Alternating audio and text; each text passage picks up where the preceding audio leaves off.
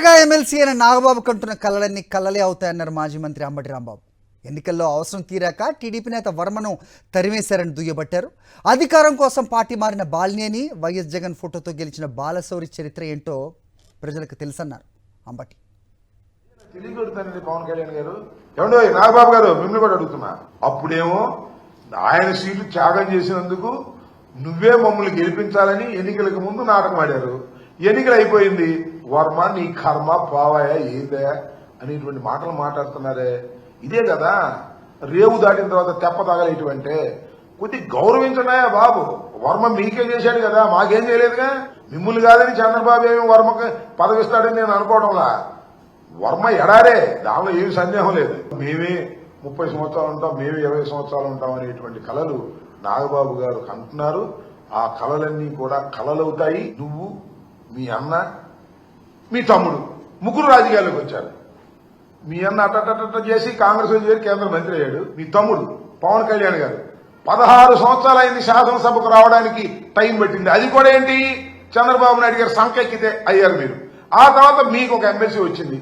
జగన్మోహన్ రెడ్డి గారితో పోలుస్తారంటే, జగన్మోహన్ రెడ్డి గారు వీరోచితంగా పోరాడినటువంటి వ్యక్తి.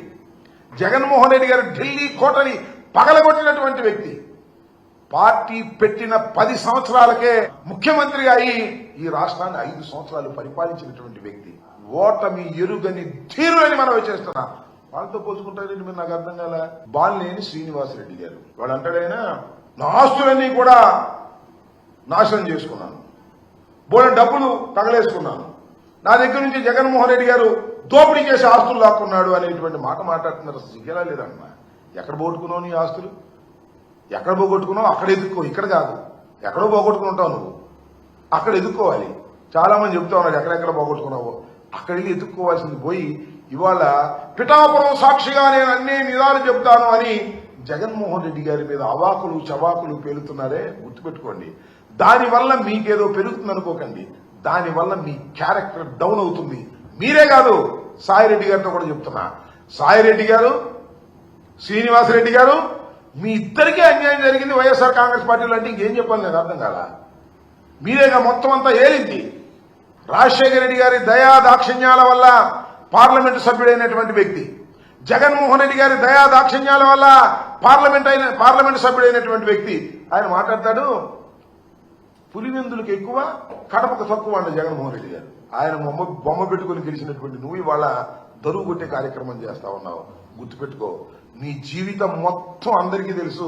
ఏదో వేదిక దొరికింది కదా అని రెచ్చిపోవద్దు, పిచ్చి పిచ్చిగా మాట్లాడొద్దని కూడా మనం చేస్తున్నాం. ఎప్పుడు ఇలాగే ఉండదు సార్. 4 సంవత్సరాల పరిస్థితులు మారతాయనే విషయాన్ని కూడా గుర్తుపెట్టుకోండి.